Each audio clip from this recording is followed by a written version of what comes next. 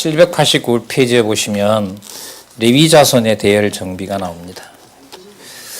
3장에서부터 4장까지인데요. 참 중요하죠. 왜 중요하냐면 11지파, 그러니까 12지파가 되죠. 12지파 배치도도 그렇고요. 행진할 때도 그렇고 우리가 앞에 본 율법을 그대로 수행을 했을 때 하나님의 백성이 될 거 아니에요. 그런데 레위지파의 대열이 엉망이 되어버리면 나머지 모든 것도 다 엉망이 되는 거죠. 그러니까 백성을 백성되게 관리하는 것을 하나님께서 특별히 누구에게 위임을 하는 거죠? 레위지파에게 하는 내용입니다. 그게 그 다음에 나와요. 여러분 무슨 구조하고 똑같아요?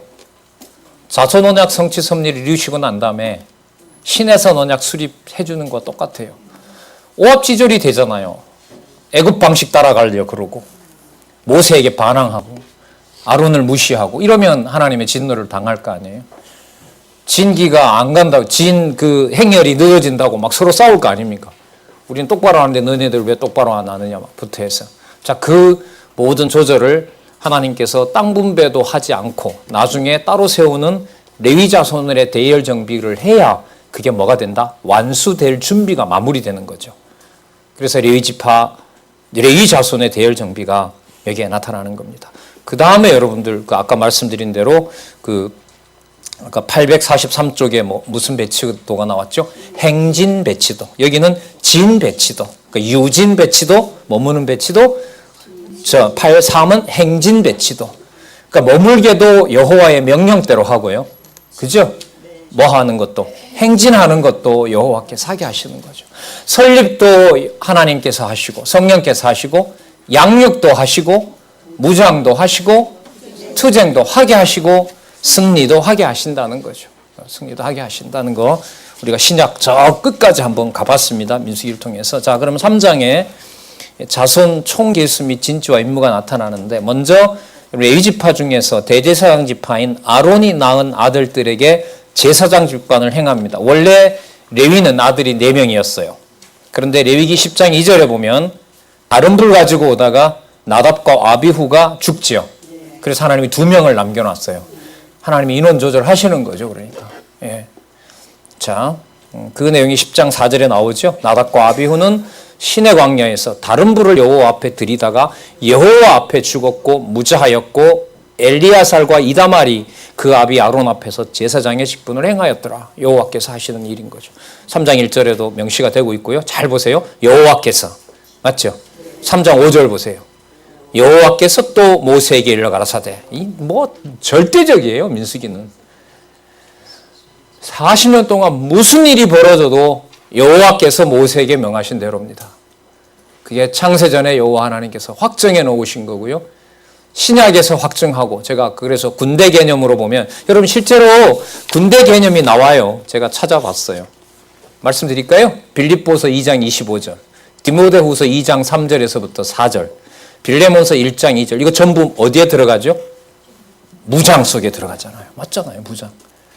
빌립보서 2장 25절, 디모데후서 2장 3절에서부터 4절, 빌레몬서 1장 2절 전부 그리스도의 군사라. 그 군대죠. 무장 모두 다.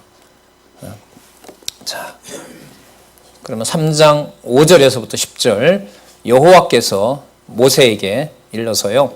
아론에게 전부 레위 지파가 순종하도록 그 임무를 돕도록 회막 관련된 내용들을 명하십니다. 자, 그래서 3장 6절에 보면 레위 지파로 나와 제사장 아론 앞에 서서 그에게 뭐 하게 하라? 시종하게 하라. 예, 다 일러주시는 거죠. 여호와께서 일러주십니다. 그러니까 여러분들 지금 하나님이 음성을 안 들린다고 해서 자기가 가진 직분과 직무에 대해서 소홀히 안 하게 되겠죠. 성령께서 내주하셔서 그 해당되는 그 직분을 거기에 세워놓았으니까. 어떤 분이 그래요. 한 3년 공부를 했는데 저한테 저는 왜 이렇게 입이 안 떨어지죠? 남들한테 가면 이렇게 듣는 건 좋은데 같이 공부했는데 저 사람은 이렇게 말씀을 좀 전하는 것 같은데 나는 왜 이렇게 두렵고 가슴부터 조마조마하고 안 떨어질까요? 그럼 뭐라 대답하면 되죠? 하나님 하니까 걱정하지 마요. 이래요? 맞죠? 그 말도. 말이 틀린 말은 아니죠. 근데 그분이 생각할 때는 결국 인간적으로 보면 제 책임이더라고요. 공부하면 반드시 나가 가르쳐야 된다라는 걸 압박을 제가 했대요. 이렇게 배워놓고도 가르치지 않느냐라는 말이 가슴에 맺혀가지고 몇 년을 참고 있다 어제 얘기를 하더라고요. 진짜 죽일 뭐구나 내가 이게 진짜.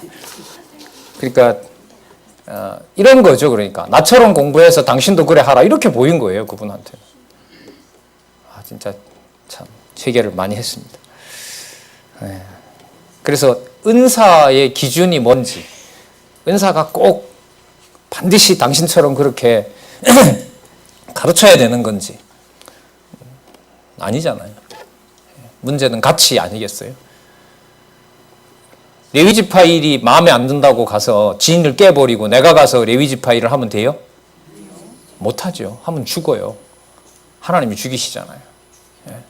그 자리에서 거기에 맡겨준 일에 충실하는 거죠. 부모님 죽었어요? 지인에도 못 들어와요. 동쪽에 유다지파인데요. 유다지파에 속한 우리 어머니가 죽었어요. 밤에 주무시다가 살결이 닿았어요. 그리고 내가 나시린이에요. 이게 다 나오는 나시린이에요. 나시린이 머리가 길잖아요. 머리가 긴데 돌아가신 부모님이 보니까 나와 연결이 되어 있어요. 접촉이 되어 있어요. 지인에서 쫓겨나야 돼요. 못 들어와요. 나시린 서원 내년부터 수행해야 되는데 올해가 9년 마지막 달이에요. 이제까지 했던 거 9년 동안 했던 거 다 무효. 다시 10년을 하고 진으로 들어와야 돼요. 사람이 할까요? 하나님이 하실까요? 하나님이 하시는 거죠. 네. 공부 안 한다고 다그쳤던 거 진심으로 회개합니다. 어제 진짜 잠을 설칠 정도로 저 말을 몇 년 동안 참고 있으니까 저 사람 얼마나 힘들었겠나. 참, 어쩔 수 없죠. 요거도 먹으면 요거도 먹어야 되고. 어쨌든 이 대열 정비하면서 말씀드리는 거예요. 이게 나중에 여러분 이 대열 정비 속에 모세 왜 너만 혼자, 요즘 말로 말하면 너만 왜 맨날 갑이냐. 우리가 좀 하자. 야, 형님은 르우벤이다. 니들이 뭔데 성막 관리 다 하느냐.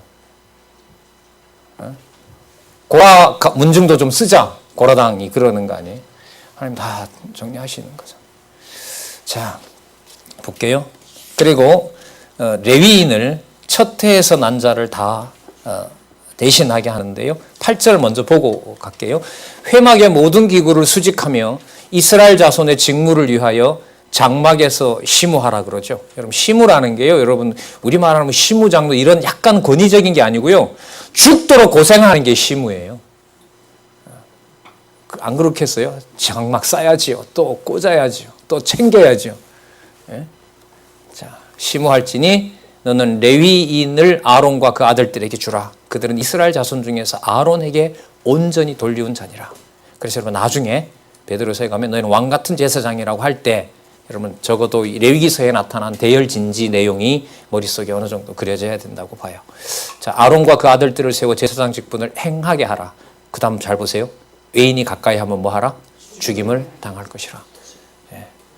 그 유명한 사건이 나중에 사무엘하 6장에 가면 성막이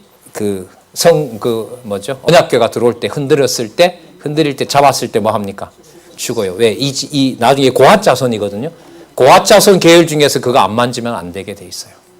그걸 하나님은 500년 후에 이루신다고. 여러분 500년 후에 이루어지려면 그 사이에 안 가르치면 되겠어요? 안 되겠어요? 어느 날 갑자기 몰랐다가 죽은 거죠. 근데 펴보니까 율법에 그래 돼 있는 거죠. 그 사건이 여러분들 어디냐 하면 요시야 시대 때 히스기야 다음이거든요.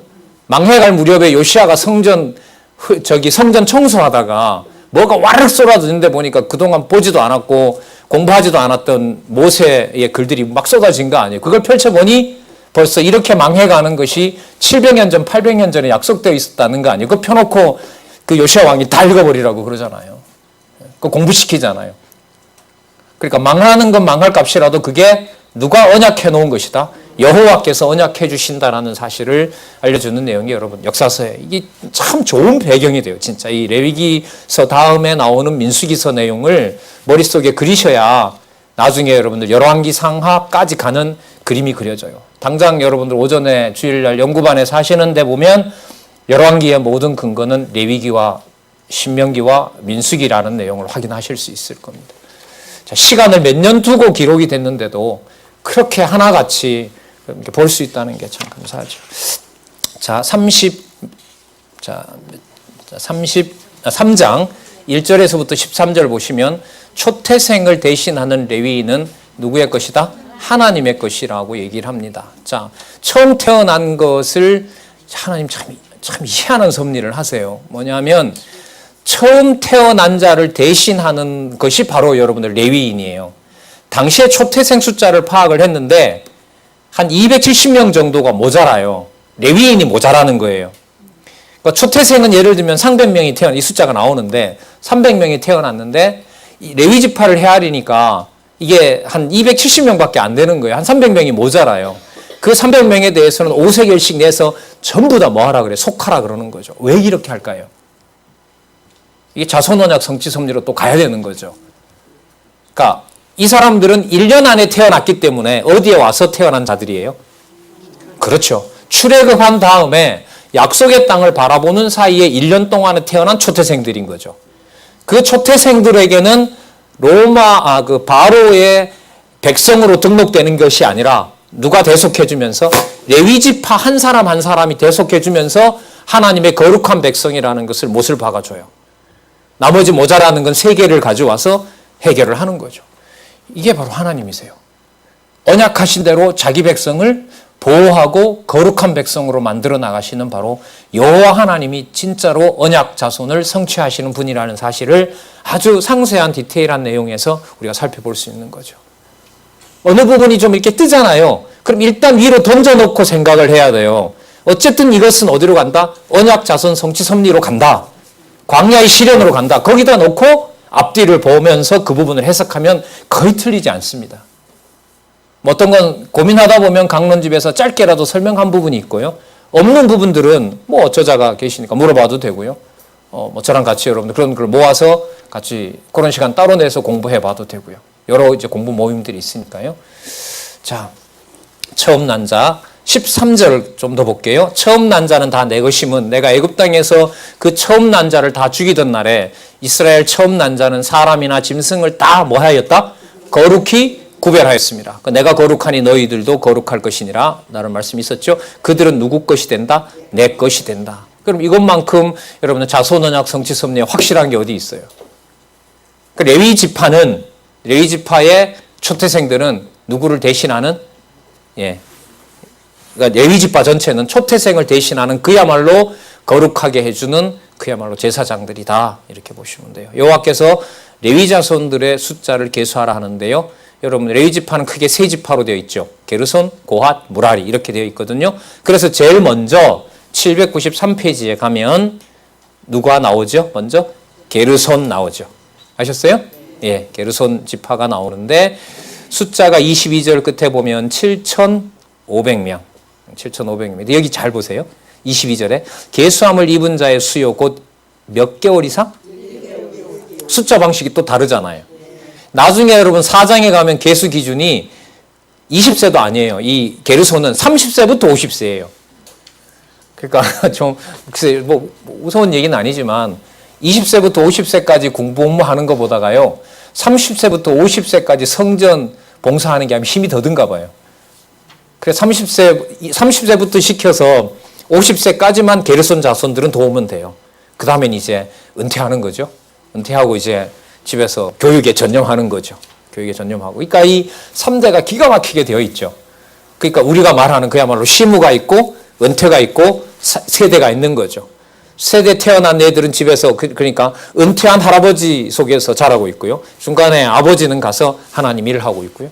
군대 나가서 싸우고 있고 성전에서 하나님 일을 하고 있고 그게 대열 정비가 돼서 착착착착 진행이 되는 거죠. 그럼 어떻게 보면은요. 광야 40년 동안의 대열 정비가 이스라엘 땅에 가서 여러분 사사기서를 비교해 보세요. 한마디로 사사기서는 뭐 되는 거죠? 진짜 몸판 되는 거잖아요. 땅 다 빼앗겼죠? 진짜 왕이 없으니까 별짓을 다 하잖아요. 그런 경우로 보면 광야 40년 동안이 오히려 체제 정비가 더 잘 되고 자기가 있어야 될 때, 왜냐하면 성전을 다 볼 수 있으니까. 성전 지어놓고 난 다음에 여러분 다 못 들어가요. 안 보여요. 성막이 그 성전이 있는데 어떻게 봐요? 저 멀리 여러분들 단 지파가 저 꼭대기에 있는데, 단은 왼쪽에 있고 저 위에 이사갈 지파가 있는데, 이사갈 지파 그 북쪽 경계선에서 예루살렘으로 언제 와요? 다 못 온단 말이죠. 그래서 제가 이걸 보면서 광야 시련이라고 하지만 어떻게 보면 이스라엘 백성들은 나중에 망한 결과로 봤을 때 가장 하나님을 철저하고 선명하게 배웠던 시간이 광야 40년일 것 같아. 나중에 사사기서 여러분 300년 돌리잖아요. 왕은 안 주고 땅은 빼앗기고 이방신이 곳곳에 들어서고 있고, 그러던 차에 하나님께서 이제 왕을 주시는 거 아니겠어요? 자, 여러분들 좀 이렇게 군더더기 같이 말씀을 흘러갈 수도 있는데요. 그 민수기서 내용을 어느 정도 아시기 때문에 그 내용을 이제 신약이나 다른 부분으로 확장해 가는 예를 좀 성경과 관련해서 말씀을 드리는 거니까요. 좀 조금씩 참조하셨으면 좋겠습니다. 이거는 여러분 강론집 1권 개정판 때문에 그래요, 솔직히. 그렇게 설명을 안 하면 안 되게 되어놨잖아요. 세 번째 단락, 창세기 어느 부분도 어디까지 가서 시작한다? 계시록에 가서 올라와요. 계시록에 가서 올라오면서 마태복음까지 가는 거고요. 선지서로 이렇게 여기서 놓고 이렇게 잡고요. 이렇게 거슬러 올라와야 돼요. 좁혀 들어오는 거죠. 과거 방식은 여기서 잡고 그냥 이렇게 나가는 방식이었다면 이게 전부 어떤 방식 아래 있어요? 영원한 언약 성취 섭리도 안에 여호와 하나님의 창세전 영원한 뜻이 역사적 사실로 이루어진 두 번째, 세 번째 단락으로 가기 때문에 그래요. 그걸 누가 그렇게 가르치셨느냐? 예수님이 강론 그렇게 했어요.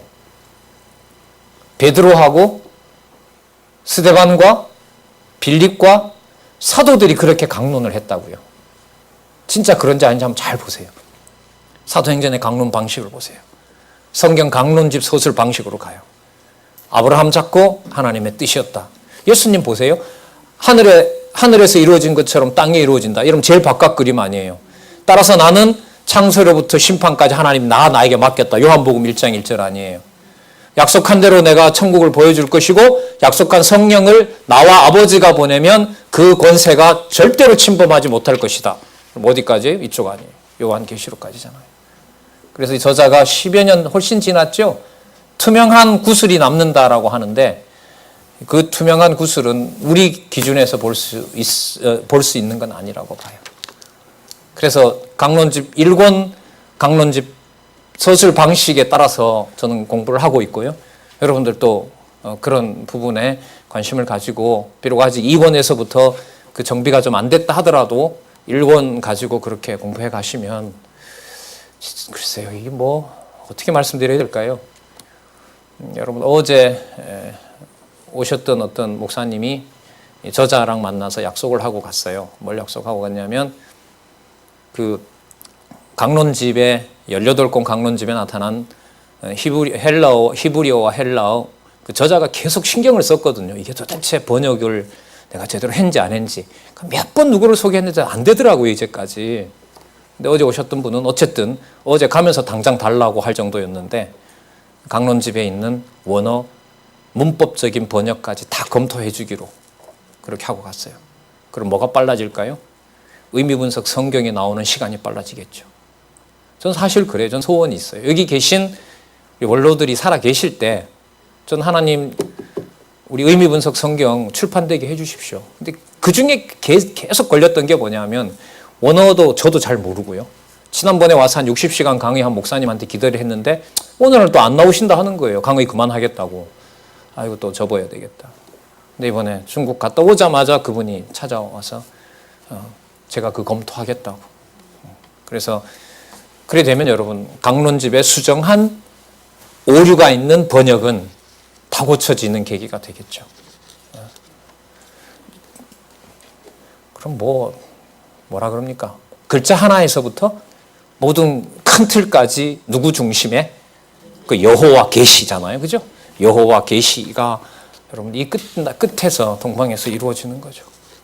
여러분 그게 여러분 어떻게 보면 3,500년 전에 레위지파를 중심으로 해서 하나님의 진기가 만들어졌고 진과 기가 펄럭이면서요. 행군도 하고 머물기도 하면서 여호와의 직임을 지키는 일이 3,500년 전에 약속되어 있었다는 거죠. 시간은 그렇게 중요한 게 아니고 그렇게 섭리하신 여호와의 그 일을 지금 저희들이 눈앞에서 여러 사건을 통해서 보고 있습니다. 자, 그 다음에요. 그 30세부터였었죠, 아까. 그죠? 예, 4장에 가면 30세로 나오고요. 여기서는 죄송합니다. 22절에 1개월 이상 남자 수요. 맞죠? 예, 우리가 말할 때 여러분이 1개월은 일해요, 못해요? 못하죠. 그렇죠. 적어도 20살 돼야 되잖아요. 근데 여기서 하나님이 넣거든요. 왜 넣을까요? 아기로 태어나도 레위지파로 태어났기 때문에 갓 태어난 다른 지파의 일을 대속할지 안 거예요. 그 어린이의 신분이 다른 거예요. 레위지파는 태어날 때 대속해 줄 제사장으로 태어나는 거고 여기 유다지파의 이 맞선자는 뭐예요? 왕이 됐고 그러나 레위가 속해주지 않으면 왕 못 되게 돼 있어요. 이걸 하나님 지금 조율하시는 거예요. 기가 막혀요 진짜. 20살부터 세어라. 30살부터 세어라. 1개월부터 헤아리라. 다 하나님이 하시는 거죠. 자, 27절부터 32절 모세로 고핫 자손 나오네요. 그죠?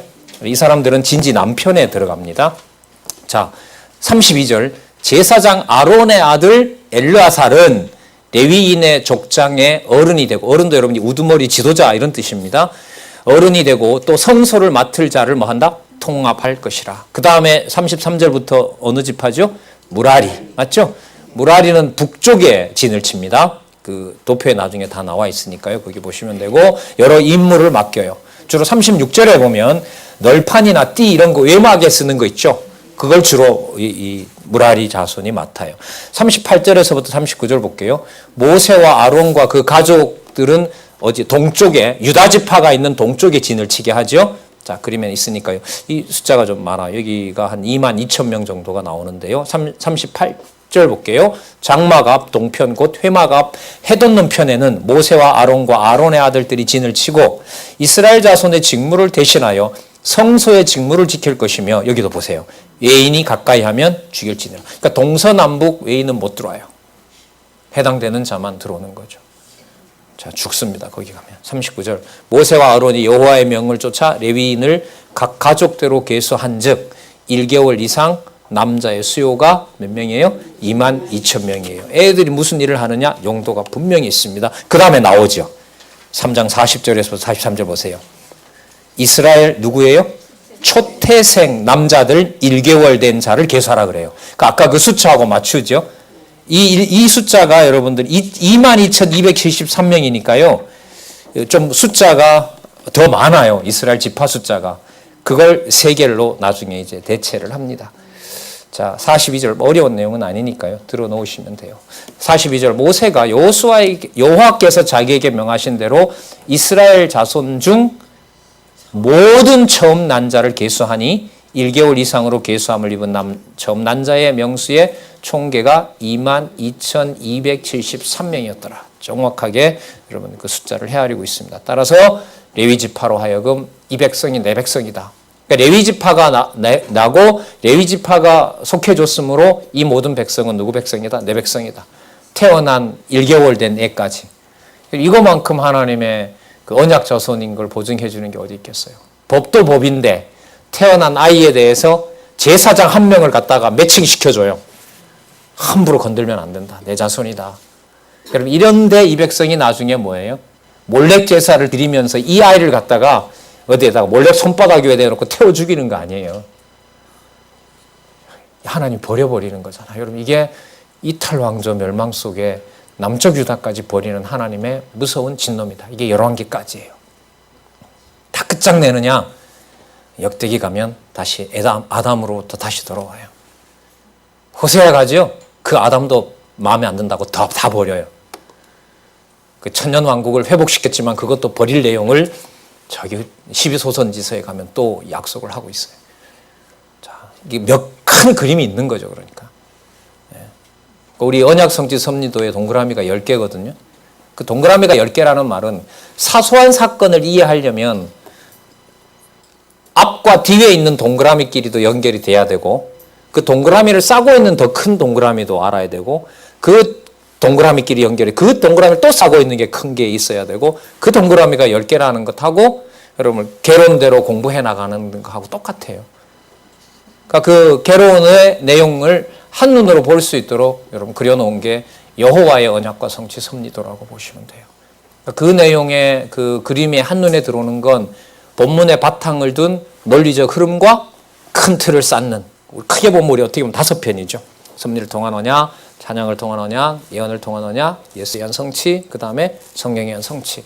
그 정도 틀에서 보면 모든 내용들이 그렇게 가고 있어요. 왜 이렇게 말씀드리냐면 이게 지금 2권이기 때문에 아직 18권 쓰려면 아직 15년이나 남았단 말이에요. 그걸 확인할 시간이 없잖아요. 있는 지금 민수기를 써야 되니까.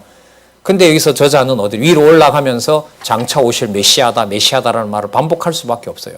그 메시아가 누구였는지는 마태복음에 가서 민수기를 가져와서 정리하고, 마가복음을 쓸 때 민수기와 레위기 걸 가져와서 정리하고, 그런데 이게 처음 2권 쓸 때는 어떻게 말할 수밖에 없어요? 장차 오실 그리스도의 죽으심과 부활이다. 그렇게밖에 말을 못하는 거죠. 거기에다가 저쪽 마태복음을 가져와서 여기서 막 써요. 그러면 이게 마감이 안 되는 거예요. 그러니까 진짜 이 책의 구성 방법도 참 탁월해요, 이게. 제가 그 서양 논리에 반했던 사람 아니에요. 예? 형식 논리, 막스의 실천 논리, 그걸 독일어로 읽으면은요, 진짜 심장이 뛰어요. 독일어 글자가 이게 웅변하기에 진짜 좋은 문자거든요. 끝에 우리는 말을 흐르는데 독일은 끝에 말을 올려야 돼요. 막 그것도 된 발음이 있죠. 푸, 크, 흐, 뭐 이런 게 있어요. 그럼 이게 막 그 막스의 공산당 선언 한 45페이지 되는데요. 그걸 외웠거든요, 독일어로. 진짜 히틀러 된 기분이죠. 여러분, 히틀러가 웅변이 지상에서 최고로 뛰어난 사람이 히틀러였대요. 수만 모았는데 몇 번이면 끝나요. 히틀러 그 강의를 들어보면, 그 연설을 들어보면. 그 독일이 피폐해지고 있었는데 그 독일 군중을 휘어잡아서 여러분 유대인 학살로 끌어가는 그걸 보면요. 물론 하나님 섭리하신 거죠. 막 진짜 몸에 진짜 이게 전율이 와요. 그렇게 해서 여러분들 그 수백만을 여러분 전쟁터로 몰아넣은 거 아닙니까? 유대인 600만을 여러분 죽이는 일이 벌어진 거고요. 그런 서양 논리에 어떻게 보면 매력이 있단 말이죠. 성경과는 비교가 안 되는 겁니다. 아무리 목소리를 키운다고 이게 여러분 창세전까지 가겠어요? 웃기는 얘기죠. 우린 너무 자연스럽게 가고 있잖아요. 자, 볼까요? 42절. 모세가 여호와께서 자기에게 명하신 대로 이스라엘 자손 중 모든 처음 난 자를 계수하니 이렇게 했더라. 그 다음에 3장 44절에서부터 51절. 레위인이 이스라엘 초태생을 뭐 한다 그래요? 대신하는 거죠. 그리고 초과하는 273명은 세계를 드리라고 하는 내용이 그 다음에 나타납니다. 여러분 46절 끝에 보면 나오죠? 273인이 더한 즉 나오죠? 그 방법을 48절에 가면 속전을 내라고 일러줘요. 그러니까 하나님께서 왜 이렇게 하실까요? 태어난 내 백성이니까. 얼마나 귀중해요. 어디 생활 끝내고 어디서 태어났는데.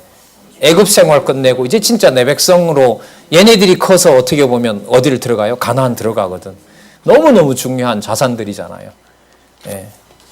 자, 4장으로 넘어갈까요? 여기는 레위 지파 성인 남자의 총 계수 및 임무가 나와요. 30세부터 여기는 50세예요. 기준이 다르죠. 3절에 나오죠. 곧 30세 이상으로 50세까지 무슨 일? 회마기를 하기 위하여 이렇게 나옵니다.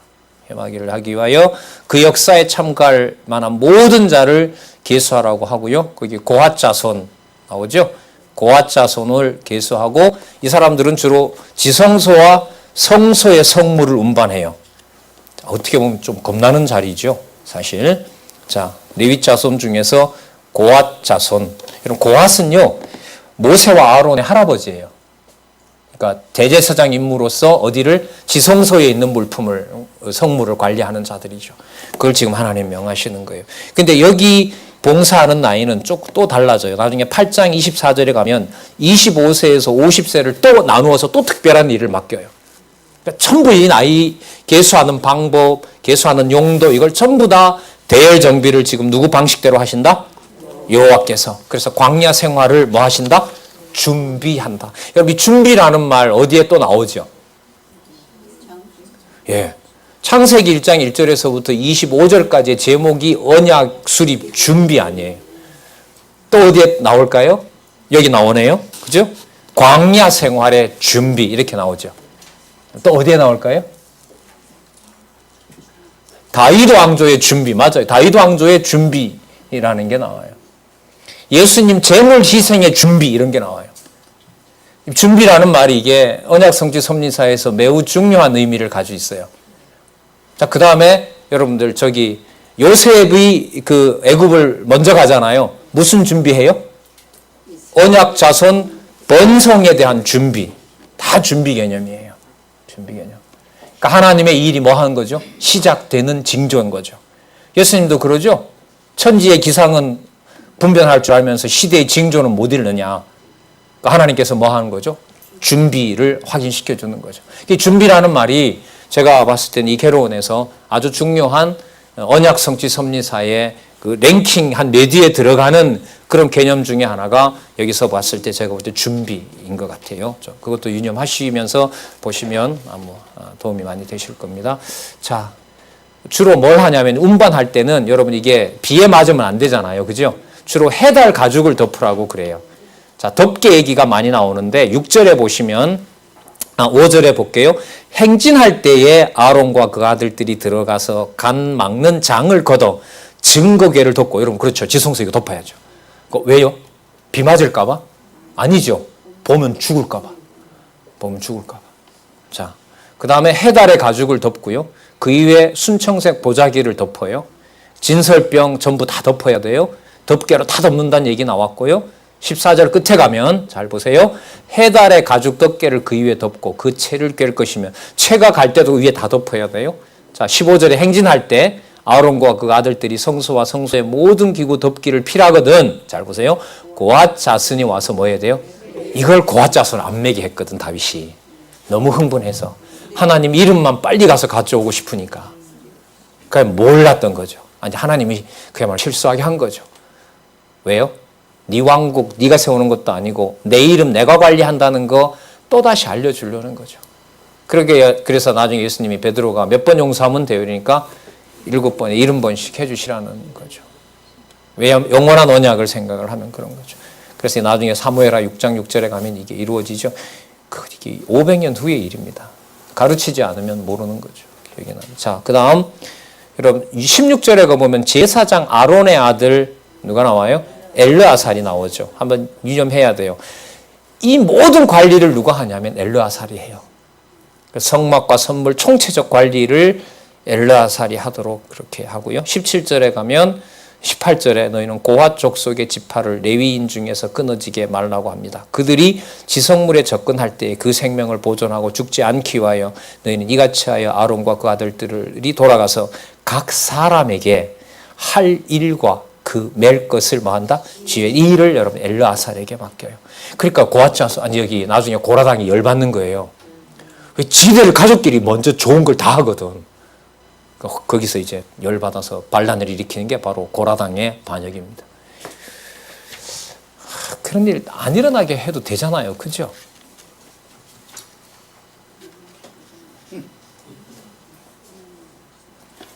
글쎄요. 진짜. 그 하나님 주권성이죠. 내가 세운 나라, 내가 뽑은 백성, 내 이름을 위하여 내가 관리하시겠다 이거죠. 자, 19절에 보면 아까 죽지 않기 위하여 나오죠. 그죠? 고핫 자손이 자기 역할 못하면 뭐 하게 돼요? 죽어요. 그러니까 어떻게 보면 다윗이 잘못했다기보다가요, 고핫 자손이 자기 일을 안 한 거예요. 인간적으로는 그런 거 아니에요?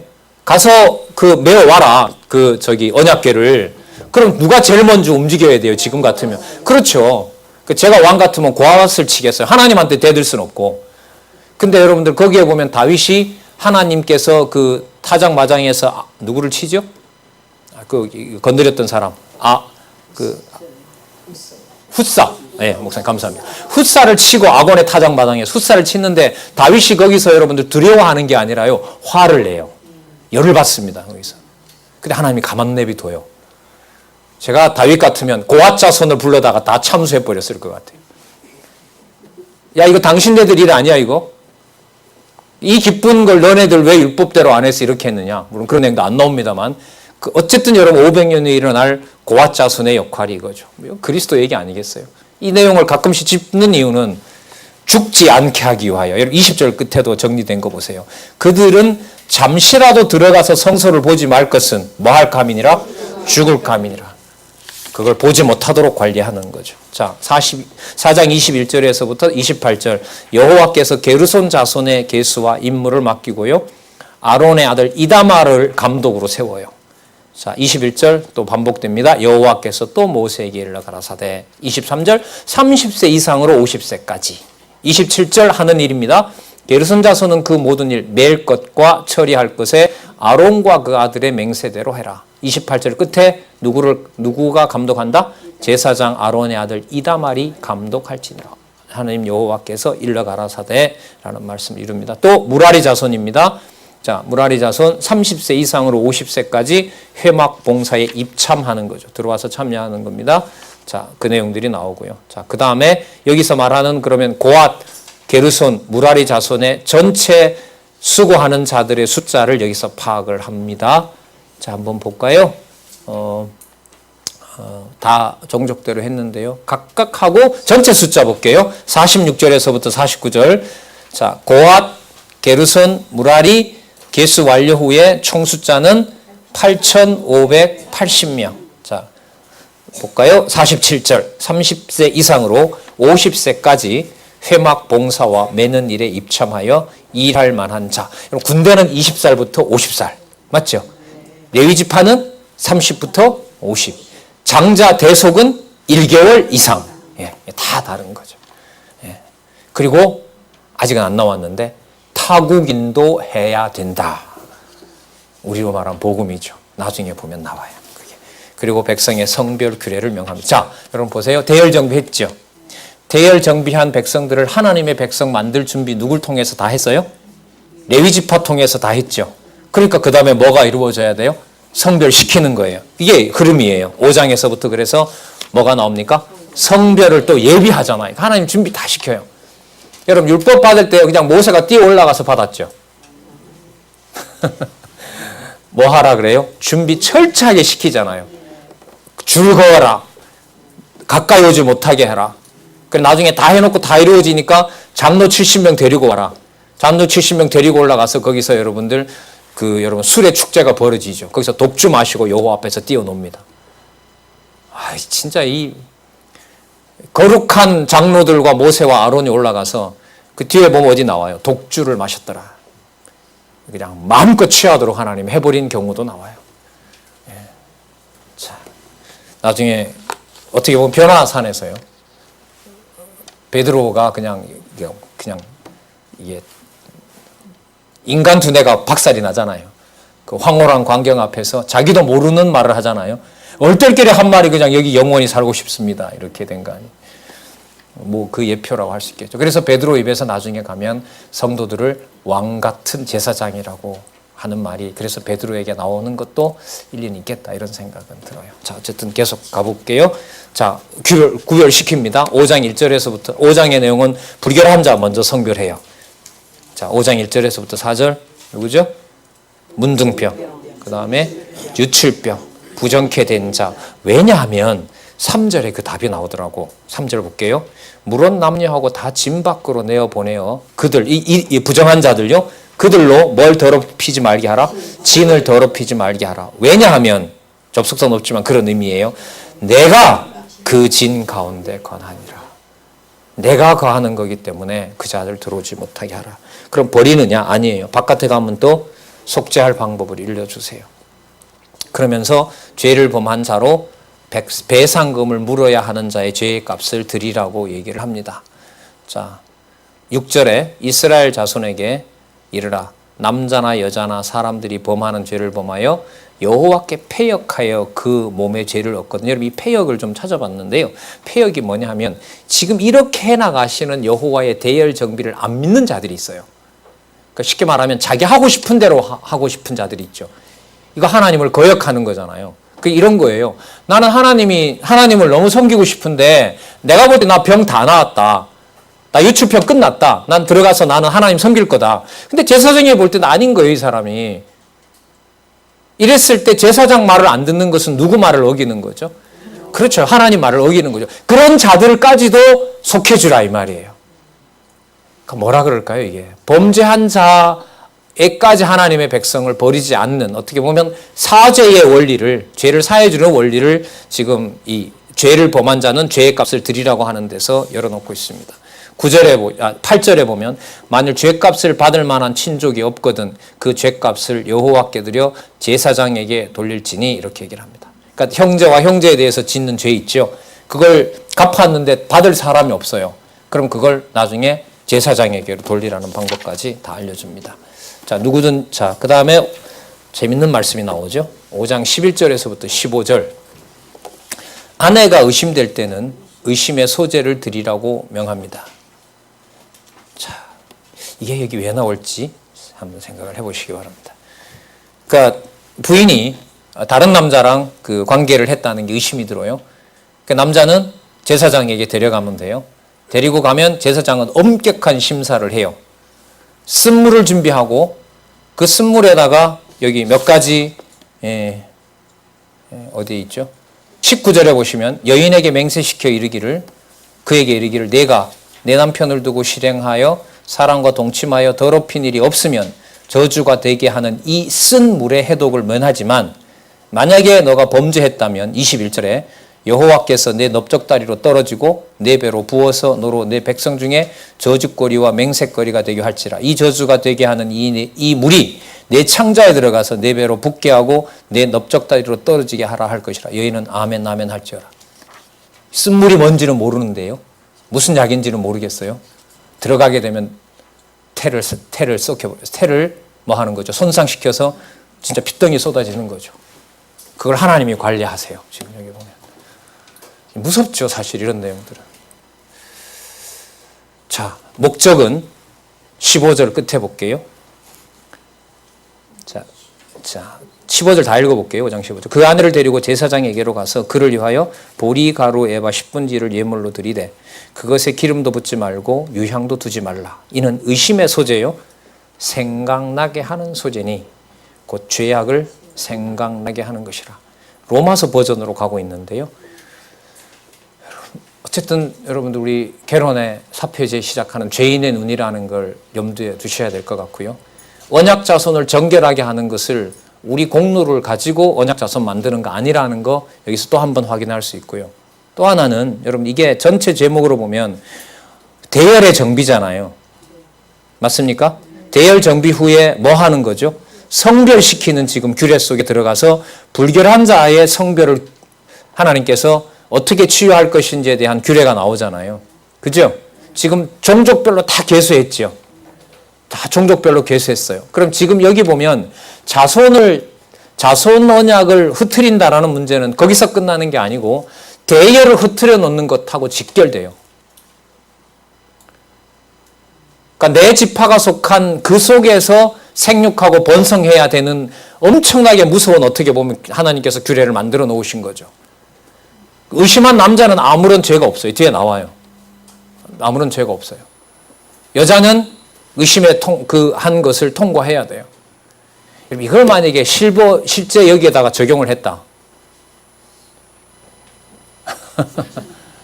목사님이 준 물 먹고 낙태가 되고 막 속에서 피가 막 이렇게 되고 했다. 아마 겁날 거예요. 예. 이런 부분들이 여러분들 봐도 좀 무섭고 섬찟한 내용인데 이걸 그리스도와 연관해서 전체적으로 성경을 해석 못하면 이 얼마나 부담스러운 구절이겠어요. 여러분 여기 보면은요. 전 이번에 하면서 이런 어떤 궁금증을 갖게 됐는데 개수 숫자를 남자만 하죠. 맞죠? 여자들 기분 나쁘잖아요. 우린 인간도 아니냐 이런 거죠. 기분 안 나쁘세요? 기분 나쁘잖아요. 요즘에 여러분들 미투 운동으로 전개되는 여성 권리와 연관해서 보면 이 책은 없어져야 될 책 중에 첫 번째 책이에요. 최저급에서 한 다음에 백성 숫자에도 안 넣어주고 이게 여러분 인본주의적인 시각이죠. 이렇게 접근하면 절대로 안 되고요. 아담으로 가야 돼요. 아담과 하와가 벌거벗었으나 부끄럽지 아니하더라. 왜요? 한 몸이니까. 여러분 지금 보세요. 성막을 중심으로 제사장 있죠. 제사장 바깥에 진치지요. 분리가 돼요, 안 돼요? 안 되죠. 그럼 여인을 왜 엄격하게 다루느냐? 내 백성의 거룩함을 확정짓는 사건이 여인의 태를 통해서 가족들에게 엄격하게 가르치는 목적이 바로 여기에 있어요.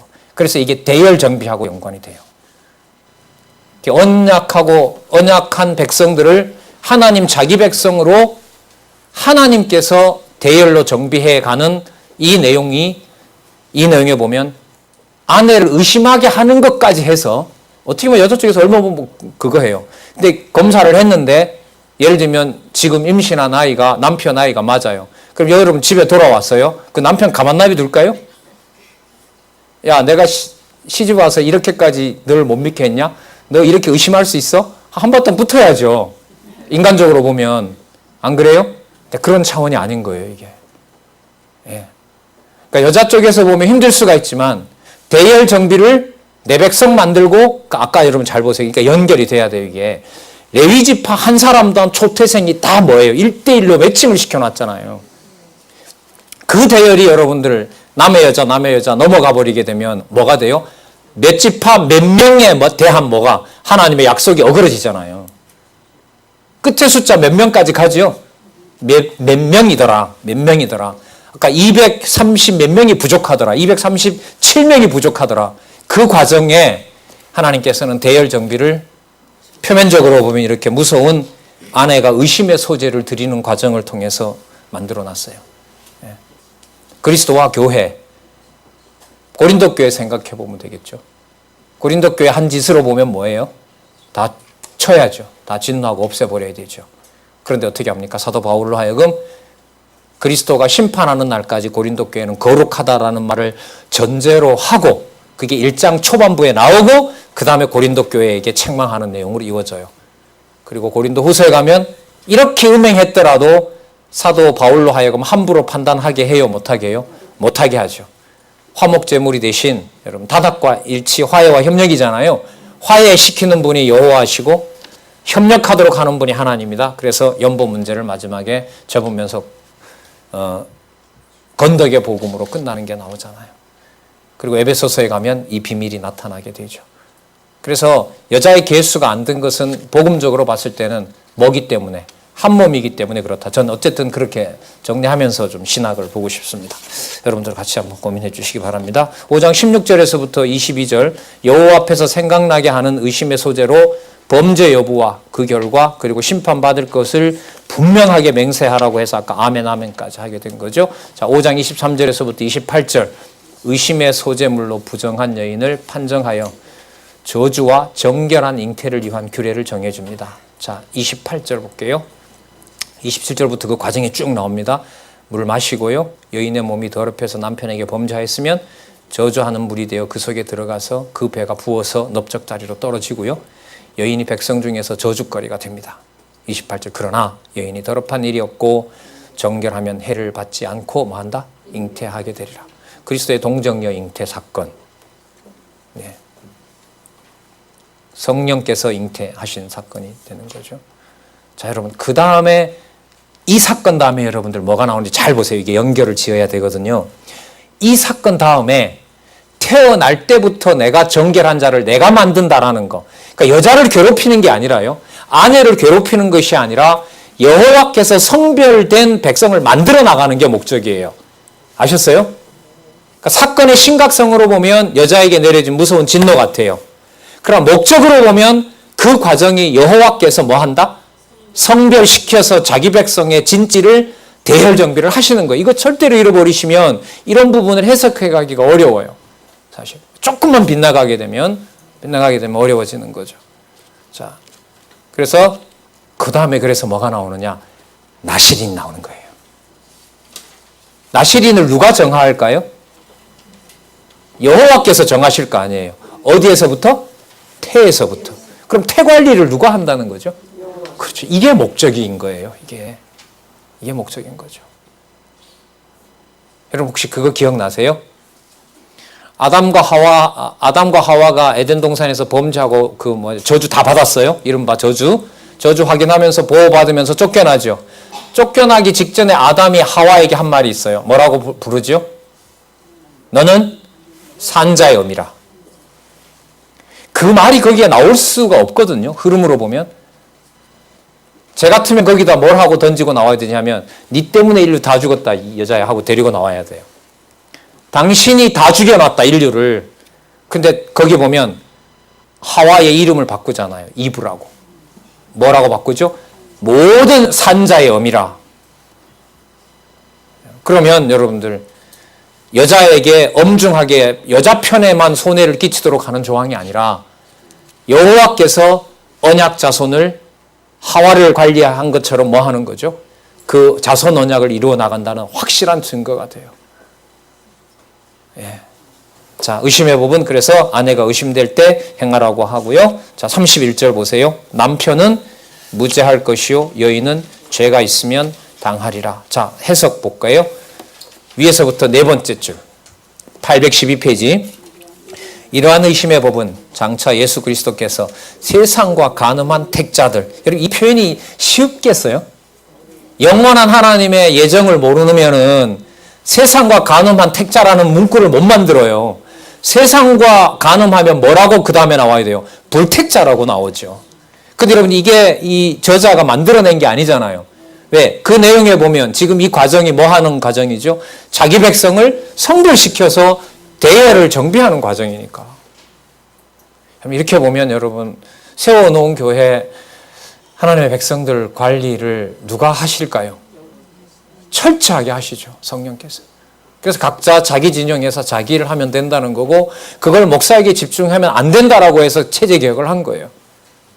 그럼 이렇게 되어 있는데 모세가 통말은 하라 했지 너 하느냐 잘하느냐 못하느냐 동서남북 다니면서 간섭하라는 것하고는 다르단 말이죠.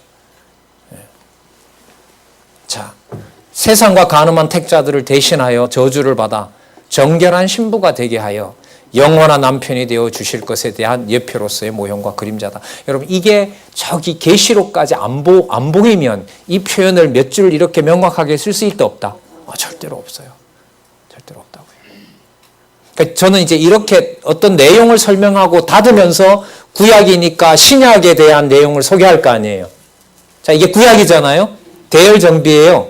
대열정비에 이런 내용이 나왔어요. 그럼 이 내용에 대한 결론을 뭐라 지을까요? 장차 올 메시아로 가잖아요. 그런데 저는 이제 이렇게 읽을 때 이 부분을 결론을 지을 때 신약에 이루어질 내용 중에 어느 부분과 연관을 시킬까? 어떤 사건과? 여기 딱 보시면 세상과 간음한 택자들을 대신하여 저주를 받아 정결한 신부가 되게 하여 영원한 남편이 되어 주실 것에 대한 예표로서의 모형과 그림자. 복음서뿐만 아니라 여러분 서신서에서부터 계시록까지 이 내용 속에 내용들이 다 들어있어요. 그럼 신랑 신부 나중에 예루살렘 신부가 단장한 것 같더라. 그럼 끝난 거 아니에요? 그럼 그 앞부분도 마찬가지고. 세상과 간음한 택자들 얘기 어디서 나오죠? 에베소서 이방인들을 부를 때 세상에 대해서는 너희들이 세상의 공중권세 잡은 자에게 끌려갔고 약속에 대해서는 너희들은 무엇이었다? 외인들이었다. 전혀 상관없는 자들이었는데 너희들을 불렀는데 에베소서에 있는 다른 이방인들처럼 그 기둥, 대리석 기둥 수십 개가 있는 걸 그렇게 부러워하느냐. 너네들의 성전된 권세는 하늘에 있다. 하늘과 땅을 통일시킨 또 우리 안에 내주하시는 성령의 능력 안에 있다. 그게 에베소서 아니에요. 에베소서 교인들이. 그럼 이거는 여러분들 전체까지 안 보고는 이 표현을 쓸 수가 없어요. 사실 이런 부분이 사실 어떻게 보면 배워야 되고 알려줘야 될 부분이에요. 이게 일반 사람 생각 같으면 이걸 그냥 그 사람 생각이다라는 건데 저자는 쓰면서 모든 넷말들이 성경에 근거를 뒀다고 하잖아요. 그럼 지금 이 내용에 몇 장 몇 절을 적어 놓진 않았지만 이 내용을 물으면 어디 예를 들어줘야 돼요? 신약 성경 내용을 들어줘야죠. 그렇게 신약 성경 내용을 친절하게 안내하고 있는 게 개정판이에요. 그래서 그 책을 다른 책과 보실 때 지금 나가고 있는 진도를 보실 때도 저자가 이번에 많이 강조했던 것처럼 세 번째 단락에 유의하여 보시면 성경 전체를 이해해 나가는데 굉장한 문이 열려요. 자, 마지막 더 볼게요. 그러므로 간음한 여인과 같은 성도가 마땅히 저주를 받아 넓적다리가 떨어지고 배가 부어 세상의 조롱거리가 되어야 하는데 도리어 불결한 성도가 그리스도의 정결한 신부가 되어 그리스도와 한 몸을 이루어 살게 되는 것이다. 그것은 어디까지나 성도들을 위하여 십자가의 저주를 대신 받아 주신 그리스도의 크고 한없는 은혜의 결과인 것이다. 자, 여기서 더 밑으로 내려가게 되면 설교로 나갈 확률이 많아요. 이걸 저자는 여기서 닫아요. 왜냐하면 제가 이 기억이 있거든요. 창세기 1, 2권이 나왔을 때 너무 딱딱하다. 강단에 서서 성도들에게 이런저런 말하기에는 부족하다. 이런 평가가 있었어요. 1권, 2권 쓸 때.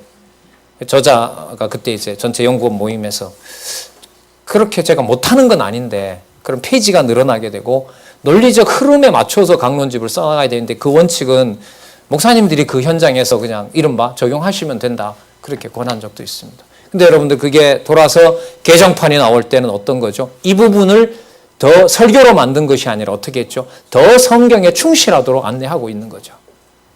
예. 그래서 우리 1권이 7월 달에 끝나서 그 책 개정판을 활용하시면서 공부를 해나가는 것이 어떤 도움이 되는지까지 좀 말씀을 드렸습니다.